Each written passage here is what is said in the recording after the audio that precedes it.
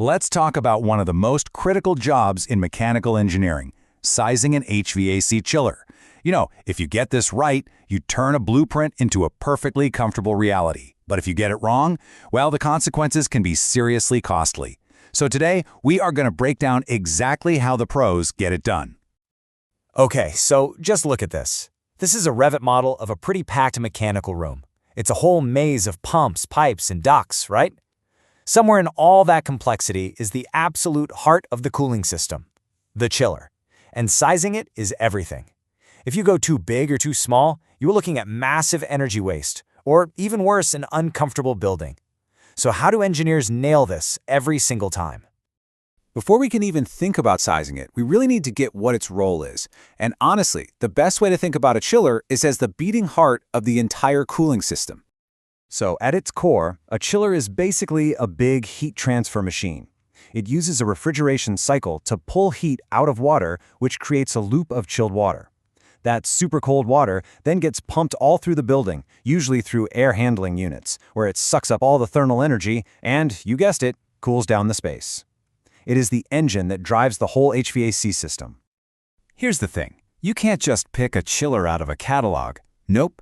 Every single building has its own unique thermal signature. That means the very first step in sizing is doing a detailed analysis to figure out the building's peak cooling load. That's just a fancy term for the maximum amount of heat you'll ever need to remove at one time.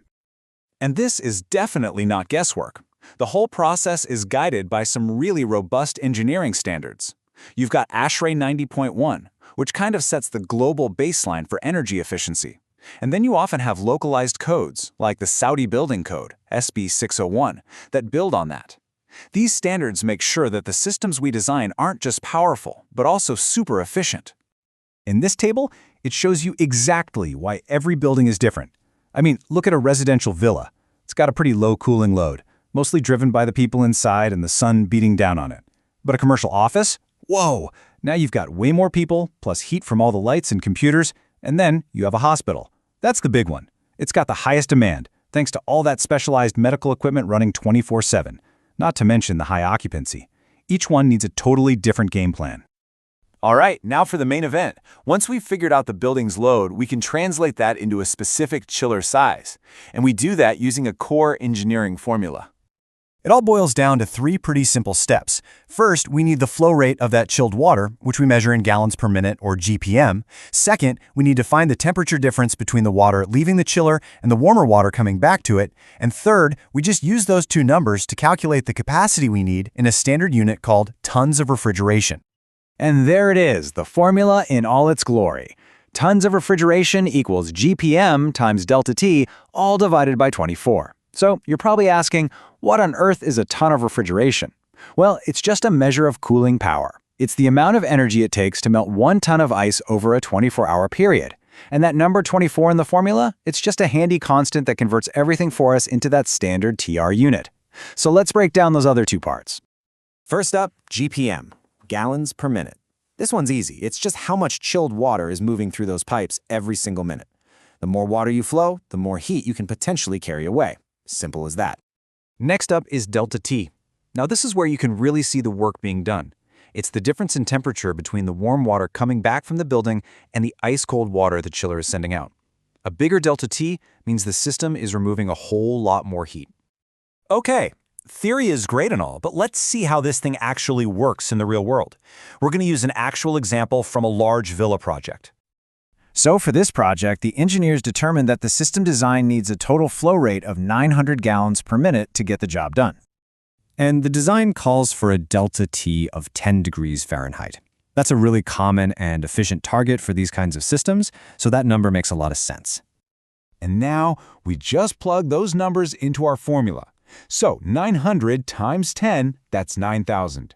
We divide that by 24 and boom! We get our required cooling load, 375 tons of refrigeration.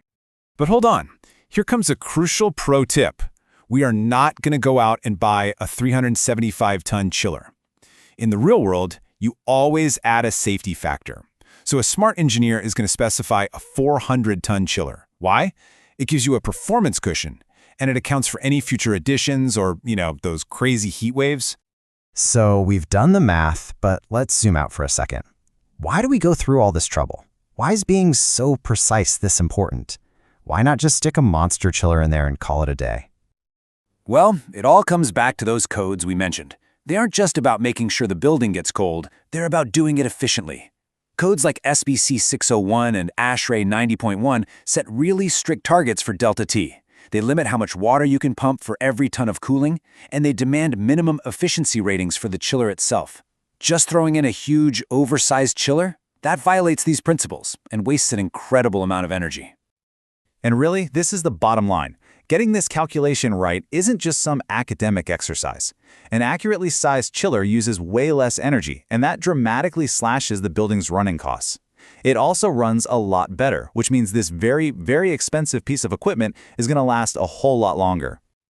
So it all comes down to this, doesn't it? A single, simple formula, when it's guided by smart engineering standards, has a massive impact.